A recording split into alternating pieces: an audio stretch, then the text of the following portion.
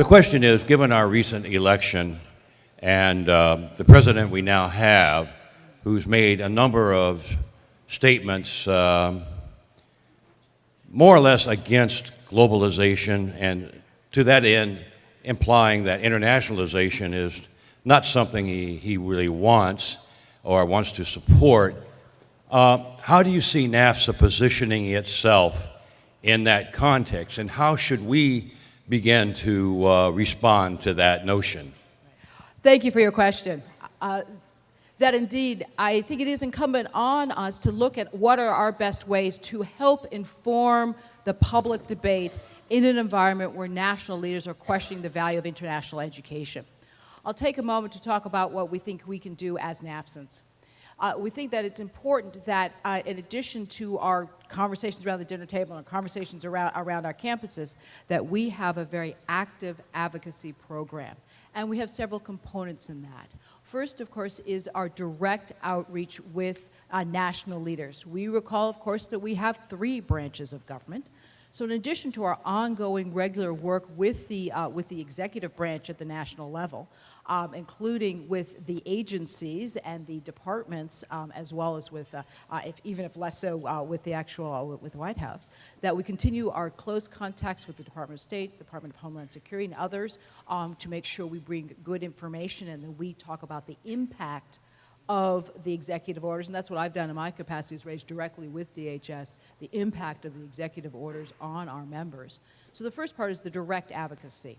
But extremely important is what you do, is the member advocacy. So for example, Advocacy Day, when, as I mentioned, we had over 250 members come to Capitol Hill, and our great team matches you with your members of Congress. So it's one thing if we come in with the data, but to also have a member of Congress or a member of the Senate say, your constituents are directly affected. Institutions in your district are affected is extremely powerful. And indeed, I should note that that is a bicameral, bipartisan effort, which means that we were received, House and Senate, Democrats and Republicans, and that's extremely important. The others are media outreach, and we work with members of the media explaining and helping give background on international education to help inform and shape stories that are written, so that if you've seen more and more stories, for example, are citing the data from the snapshot survey done this spring on the impact of the executive orders. NAFSA and other associations were part of that, and you see that appear in lots more stories, not only in our trade press, but also in our national press. And we work with other partners, that we will work with other associations and other organizations that share our goals to help amplify our message. So I think that all of these are part of trying to push back against those who question the value of international education. Great. Other questions? There's the 2 mics. Hey, greetings, and once again, I appreciate the experience you've granted me on my first NAFSA conference. Thank you again. My name is Brian Booker. I'm founder of a small nonprofit in Memphis, Tennessee called One Step Initiative. Over the last 2 years, we've been able to send 17 high schoolers and 4 grad students on their very first trip abroad to Ghana, West Africa, to study history, agriculture, and sustainability, and also raise about $250,000 this year to help expand what the mission of Study Abroad is in Memphis. My question here is, what other initiatives are there, be it NAFSA, governmental, or otherwise, that will help us in actually shaping and bringing Study Abroad to places like Memphis, low-income areas, because in fact, Memphis is we have the highest rate of opportunity youth. That's students or people between the ages of 16 through 24, neither working nor in school. So majority of the students that we work with would never have even dreamed of the idea of going abroad before. So we're really asking for support on finding other ways to expand our model in other places like Inglewood and Compton and places in Arkansas that people have never heard of. You know, so any help at all? I'll take up a couple comments, and yes, I'll take up a couple comments, and others may want to jump in as well. I mean, I think one of the first things I want to say is that we are actually trying to look at how we also, in addition to supporting all of us who are working in higher education, that this year, as I mentioned, we're also debuting. Is that better? Okay, sorry. I was saying, in addition to the work we're doing in higher education, we're also debuting at this conference a pilot for secondary school teachers as well.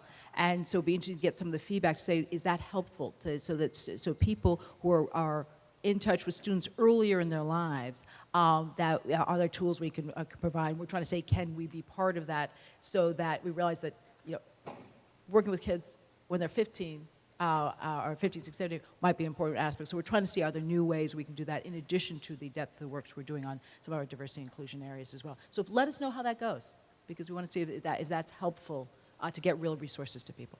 Other comments?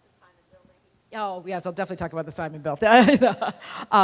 One of the other efforts that we're trying to do, and we reckon it does tie into our earlier conversation about the challenge of the political environment, but one of the things we're also trying to do is to support the idea of, again, federal legislation to support funding for for institutions for greater access, and that's the Simon Bill. The Simon Bill has been introduced several years in the past, but has been introduced again, bipartisan introduction by Senators Wicker and Durbin. The idea is to actually, within the Department of Education, to fund funding for institutions to increase internationalization at home. And one of the interesting things about this idea, and one of the reasons I think it is bipartisan support, is that there are many, many underserved communities in our country, in inner cities and rural areas as well. It's not something that's a red or a blue issue. It's not a rural-urban issue. It's something that says, how do we try to help allocate what federal funding there is towards greater inclusion? We think that's an area where if we can help on the national level, that would be important as well. And that's something we're working very hard on. And as I say, talking intensely to members of Congress in this area. Thank you.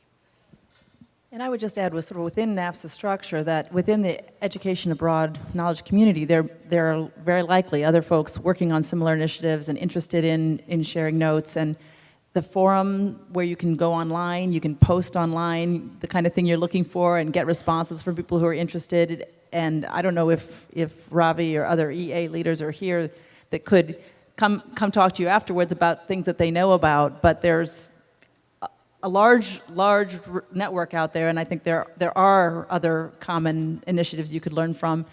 And even this is the kind of thing where, if there's a significant amount of interest, you could start a member interest group, or you could propose a networking session in the EA session next year to generate even more conversation around this issue. I think the broader issue of diversity and inclusion and embedding it into everything we do is something that the EA knowledge community is going to be working on. So is there somebody here from that knowledge community, or who could just connect afterwards so that you could be in touch about something? I don't know. Or Ravi? Where's Ravi? There, Mariama. So Mariama's got her hand up. There's a hand over here. If you connect with one of them, they could help you find resources within the network. My name is Lenitra Berger. I'm the Director of Fellowships in the Honors College at George Mason University. I just actually wanted to, and I'm also a member of the board in NAFSA, I wanted to just respond to the previous comments about diversifying the field and the diversity efforts at NAFSA. I'm a member of the underrepresentation subcommittee, and so this is actually a place where we do a lot of this work. And our meeting yesterday was filled to capacity. So there are a lot of people within NAFSA who are very interested in both diversifying the profession and reaching out to precisely the student populations that you mentioned. So I would be happy to talk with you more about those efforts. I myself have done a lot of that kind of work too, and there are a lot of really great colleagues here who are also doing similar work. So please definitely reach out to us, and if there's something that you're doing that does merit, kind of an expanded group, we can certainly talk about how to accommodate that. Perfect. That's what I was looking for. I know, I don't know all the answers, but there's somebody who does at NAFSA. Another comment, question? Hi. My name is Nancy Young. I'm a longtime member and wrote the Handbook of International Student Advising and work at a community college, Clark College. I wanted to talk a little bit more about the political climate that we're in. I appreciate what's been said and really rely on the association for guidance and support. I just am thinking ahead a little bit as I've been talking to colleagues at this conference. It seems like there's a real mix of people who are anticipating stable international student enrollment for the fall. Other folks are expecting growth. Other people are expecting some flattening. So I'm just thinking, you know, with knowing that there's going to be a lot of fast-moving things ahead, what kind of tools can be put in place to get a read for how things are being actualized once visa issuance and student arrival happens? And then also just another follow-up or thought is, what lessons can we draw on from the association and from members about ways that we've handled really bumpy times in the past, such as September 11th, such as going way, way back, the hostage crisis in Iran, and how can we pull out and extract some lessons learned that would be very relevant for the things we're facing today? Thank you. Thank you very much for both of those questions. I'll take the first part, and then others may want to comment who have a longer memory of the history of the association. I'll say that in terms of the news, one of the things we will be doing that NAFSA, along with several of the other associations, we are currently participating in, and many of you probably got the notice about, the post-May 1st poll, to actually document what you're seeing on your campuses. So you would have received that. If not, please participate. It's going over several weeks, and the idea is for institutions to actually report about what they're actually seeing, because one of the things that we do is provide hard data about the impact of the political climate and particularly of the executive orders on institutions. We've provided that directly to the obviously to the public at large, to the media, also directly to the Department of Homeland Security, which had not read the report, so I sent them the PDF and said, you need to read this. But what we want to follow up now with the hard data now. That, I believe, is continuing for another week or two into early June. And we will be using that to, again, highlight whatever the impacts are, because then we're fact-based. Whatever you report is what we will compile, but it's because we're able to get a cross-section of institutions nationwide that's important. So that's one aspect. Another I would flag is issue nets, so that also you can talk about what you're seeing, and staff really does read that. We look at that. We look to see what are you reporting from what you're seeing in your campuses. And finally, I'll turn to Elaine for further background, but I'll just say your point about we've been through this before in various versions is important. There are always difficult times. There are always setbacks, and we have to remember you get through it. So just to add two quick things, I think regionals in the fall will be a real opportunity for everyone to bring some of the wisdom along these lines forward. I think, we all know the deadline for nationals was August 1st in what seems like a different, era now. And so not that, we did a lot to, adjust as things unfolded, but I think regionals will be a really, really wonderful time for all of the wisdom to come forward. And actually, on your second point, I think a lot of institutions still have, I have my post 9/11, materials about preparing students for, rising anti-American sentiment, and, I can sort of dust those off and, tweak them, and so maybe we need some sessions sharing some of the resources we all have from those eras. I think the idea of what might be in NAFSA's archives themselves is a very intriguing one, and I'd like to ask the folks who would know if we can, go back in the Wayback Machine to the website of 2011 and see what resources we were providing then that we might also be able to refresh as an institution, because you're right. Also, globally, there are other countries that, I talked in Australia to our colleagues there about how they dealt with some of the extreme anti-immigrant actions and the resulting decline in international student enrollments, which took them a while to come back from. And so I think we can also share lessons with our sister organizations that I was talking about ways that they have tried to, contain, minimize damage, and rebuild after serious incidents. So I think that exactly that kind of sharing, again, on the sort of grassroots level at the regionals, and I think that I'll go back and talk to my colleagues about at the central level, national central level, if there's more we could be doing to, yeah, not recreate the wheel on some of that. Very good points.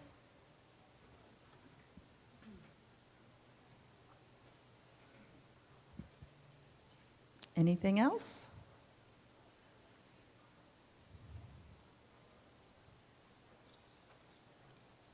Somebody is coming? Good morning. I'm David Elwell. I'm Associate Dean and Director of the International Students Office at Massachusetts Institute of Technology and a longtime NAFSA member and leader. Things that's been, as out of all crises, the best comes out, and you sort of look for the positive, and I think that was very true with NAFSA with regards to the resources that came out to try to support institutions on how to deal with sort of the, how do we get through all of these particular issues right now and deal with crisis management. As a NAFSA leader, I know one of the challenges that I would hear quite often from members is that at times, not this particular scenario, but I would say at times NAFSA seems to be moving a lot of its focus away on sort of the big picture, 30, 40,000 feet issues, and not necessarily helping members with being able to deal with the day-to-day, and that the conversations from NAFSA, especially, let's say, at the board level and so on, obviously are thinking about the large 40,000-foot view of things, but concerns that a lot of the day-to-day, how am I going to help individual members, how am I getting help from NAFSA to resolve my day-to-day issues, we're sort of lost in that discussion. And I think that one of the questions that we have is there's a lot of work going on. NAFSA staff is amazing at being able to look at the resources and webinars and so on, but sometimes the influence part that NAFSA can play sometimes focuses maybe too much on what are we looking at legislatively or what are we looking at sort of the broader issue rather than sort of what NAFSAs are looking to survive the day-to-day on our campuses. And so while we see it in what's happened with the political changes and the challenges on our campus now, I think we'd love to see that happen sort of more constantly in support of members because then people are asking, what is NAFSA doing for me as a member to really be able to address my student needs. And this is more things like advocacy on the agency levels, which the regulatory practice staff and public policy staff are amazing. But I think there's some questions there about how might we as NAFSA make sure we're providing the level of support we need to the public policy staff and to the regulatory practice staff to be able to address these things on a more daily basis at even the agency levels with the full weight of NAFSA behind it. So I just wanted to throw that out there to you, and I'm happy at some point to share some specific examples. But just thinking about that, and especially as a longtime member, looking at the board and how sort of a focus has seemingly sort of drawn away from what members are saying. They're feeling very disconnected from the members of the board. So just wanted to share that a little bit. Well, just a perspective of something of a newcomer, but I'll say one of the things that at least I saw very much as part of trying to create tools that people could use immediately, and that's why I flagged the creation of a one page so that you could go from the landing page to a place where you could immediately get both the latest interpretation of whatever was coming out of the executive branch and from the absolutely fantastic regulatory team. But also, we tried to put links to others as well, to say, here's some other resources for you. So one of our questions is that useful? Do you want other links on that page? What's useful? But the idea was to make it simpler and easier, so when you're saying, I've got to go meet my provost in half an hour, I need to go check what NAFSA is saying, that you could do that more easily. And then I should say, the team spends a lot of time on a daily basis working with agencies on these issues in particular, but we're always open to asking how to be more effective. I mean, this itself is an experiment. The town hall was to say, what do you need? How should we think about that? And then, as I say, we're trying to think about how you further personalize the training available, and I think Career Print is a good example of that, of using the technology to help you further personalize the types of services that we provide to members. But those are some initial reflections. I'm very interested in the larger questions I think that you're raising that have to do with sort of structure and governance, and that's, like I said, that's what I'm all geeked out about, is sort of the behind the scenes, how can we work the best? And I think we have a really special structure in the parallel NAFSA staff and member leader structures and how they partner at every level. But there's always room for improvement. And the point you made about board members being in touch is a huge priority for us. I mean, the board members, the vast majority of them are from the rank and file, have been NAFSANs for a long time. And keeping our ear open to the membership is very important. And so I'm extremely interested in any specific structures, suggestions you have for that. But I would say, currently the KC level, for example, or the various committee teams, that is what they spend, Washington leadership meeting or the meetings they just had of the weekend doing right before this, is really asking themselves, in my day-to-day job, what would help, what would help me? What could we do as a committee to make that available? And then that, funnels up into the, work plans and funnels back down into, resources. And so in a perfect world, and I'm not saying we're there, so I'm interested in your thoughts about getting there, but that's exactly what, you and your colleagues and the other people who've stepped forward are asking yourselves and articulating in the way that directly drives, the next year's goals. And this big strategic planning process will be a bigger reset, but every year we do these careful work plans, and they are based on, what those member leaders feel they need. So, we've got, as I said, sort of a way this structure is supposed to be really, not to be kind of hierarchical, but sort of filtering up and down to make sure that those connections are strong. But again, if you have a way of strengthening them, I'd love to hear about it. But the last thing I would just say is also, I said earlier, we are all NAFSA, and I think it's really important to remember that while we have a phenomenal staff, NAFSA is not the staff sitting in DC on New York Avenue. It's all of us. And so a lot of the times when I get amazing resources from NAFSA, it's from my colleagues, and my colleagues that have, NAFSA has brought us together, and therefore it's from NAFSA as a whole. Doesn't mean that it was, something on the website. Not that the website isn't great and we want to keep, getting it better, but a lot of what I get on a daily level is in that more, the very, very, very rich networking. So, which is not to say, but just to see all the different aspects of NAFSA. But again, I'm very interested in, we could sidebar after this, and if you have, specific ideas for things you think would help it work better my goal is definitely about whatever is going to help us do this job better.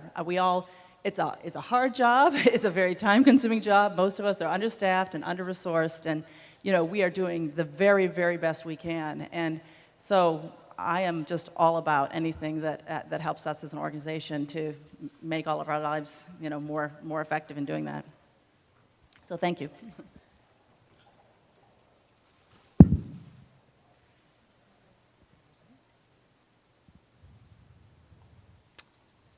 Any more burning questions? We've got 5 more minutes. But we're also available after this. If you have a thought or an idea that pops into your head after these 5 minutes, you can absolutely express it to either of us, and we'll,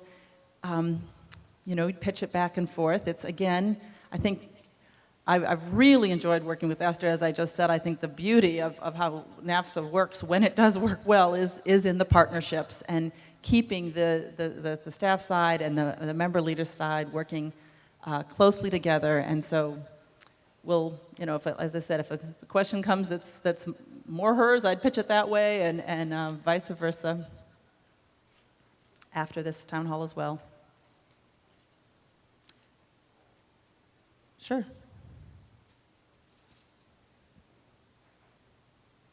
Hi, I'm Jill. I'm in the Public Policy Department. I wanted to thank David Elwell for his comment. And I wanted to just to make a plug for a bill or to make a connection of how things sometimes work together, and that the policy part and the regulatory and the KC part work hand in hand. And I want to make sure everyone is aware of a bill that threatens the day-to-day.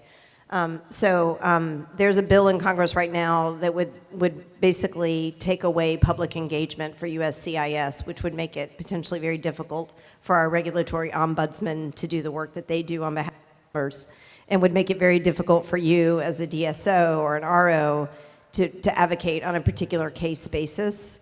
And so that's a bill that we do need help opposing and educating our individual members of Congress about why that would impact us on a daily level. And we need to avoid that. It's on connectingourworld.org. There are 3 anti-immigration bills, but the one on USCIS is the one I'm talking about right now. So thanks for the look of specifics. www.connectingourworld.org. And we get that information about how that bill affects the individuals by the partnership between the regulatory ombudsman, the regulatory liaison staff, and the public policy staff and the members. So to Elaine's point about the structure of filtering up and down, there is some mechanism for that, and if it's not working well enough, let's talk about how to make it work better. But please do advocate against that bill.